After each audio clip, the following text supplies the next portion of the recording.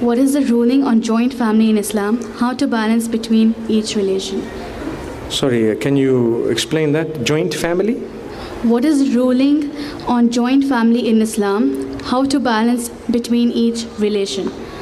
Joint family, Habib? Joint family in Islam and how to balance between. What is the ruling You mean to live together with your in-laws and so on? Is that the understanding? Yes. Okay, all right. Okay, no, shukran. Sorry, I didn't get that first. So the question is, what is the ruling on living together as an extended family, and what is the extent of it? That's obviously, it's dependent on a lot of factors.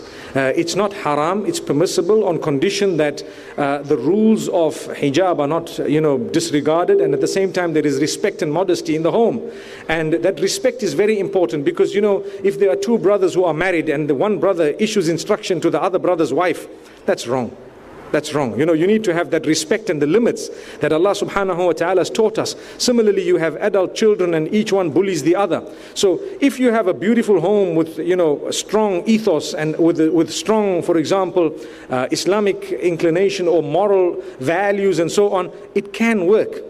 But I'd like to believe in today's world, there is a lot of selfishness that takes over people. And even if we are good, sometimes not everyone that we're living with is good. So if, for example, there is a discrepancy and people are finding it difficult, rather than making it something depressing where everybody is fighting each other and people are angry and depressed, we'd rather separate. We'd rather live separately. And we'd rather try. Some people's financial circumstances do not allow that to happen. But to draw the line is important because, like we say, in Islam, when a man gets married, his wife is not his father's wife. Some people, in some cultures, the father decides, this happens a lot, the father decides who you're going to marry, and after that he instructs the woman also to say, you do this, you do that, you do that. So she's just an unpaid maid for the home. And subhanAllah, that's, some people don't mind, serving, but to be honest with you, there is a limit to it. If they're disrespected and just treated like a slave and everyone comes and dish instruction, then that's not right. That Islamically, the woman deserves her dignity and her respect, and she deserves her level, and she obviously deserves her privacy as well.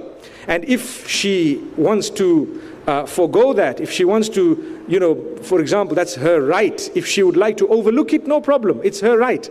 But if she feels that, look, I'm unable to practice my Islamic duty to Allah because of the way we're living, then the husband needs to look into a solution for that. May Allah make it easy for us. I don't mean to tamper with cultures, and I don't mean to change things, but I do mean to support those who are going through a lot of problems because of living together with people who are difficult. It's not easy. I'd rather live separately and sometimes even a bit of a distance and have respect with the rest of my family than to live together and everyone hates each other. Living together does not depict unity in Islam. But respecting each other is what depicts unity in Islam. I'd rather meet, once a month, once every 2 months on the occasion of Eid as a large family and be so excited and happy than to be in each other's face every day and swearing each other. May Allah subhanahu wa ta'ala help us. I've just given you an example. And people need to think, because a lot of the older people, especially those who might have made a bit of money and they have bigger homes, they insist on the son living in the same home after they're married. But hang on, you know what? It doesn't mean that everyone living together, shows the rest of the world that, oh, we're one close, big, nice, lovely family. Maybe each one is depressed and stressed in the home and the world thinks, ooh, mashallah, what a lovely home. We'd rather, use the solutions that are practical. And this is why I know of people who've shifted all the way to Dubai just to stay away from the politics. May Allah subhanahu wa ta'ala help us. May He grant us ease. May He open our doors really. Jazakumullah khair.